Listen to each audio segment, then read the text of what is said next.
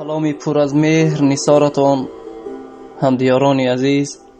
بنده هلالی صبر هستم و خواستم اینجا شعری از شاعر بختاور عثمان با نام بادهای زندگی براتان قرائت کرده باشم. در میان بادهای زندگی، در میان بادهای زندگی، برگ عمرم جو به جوی می پرد. من نمیدانم که قسمت برگ را تا کجای زندگانی می برد. من نمیدانم که قسمت برگ را تا کجای زندگانی می برد.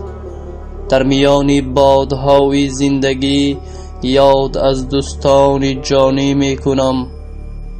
داد از فصل خزان و بادها حسرتی فصل جوانی می کنم. داد از فصل خزان و بادها حسرتی فصل جوانی می کنم. در میان بادهای زندگی یادها از لنته خاطر گذشت.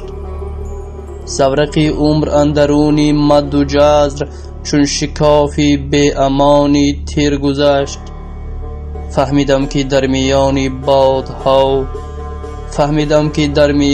بادها زندگانی شادی و غم داشته است. در میان بادها من فهمیدم که این حیات بس فرصتی کم داشته است.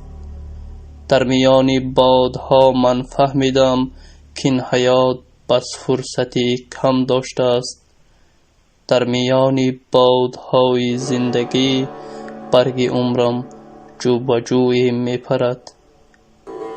من نمیدانم که قسمت برگ را تا کجای زندگانی می برد.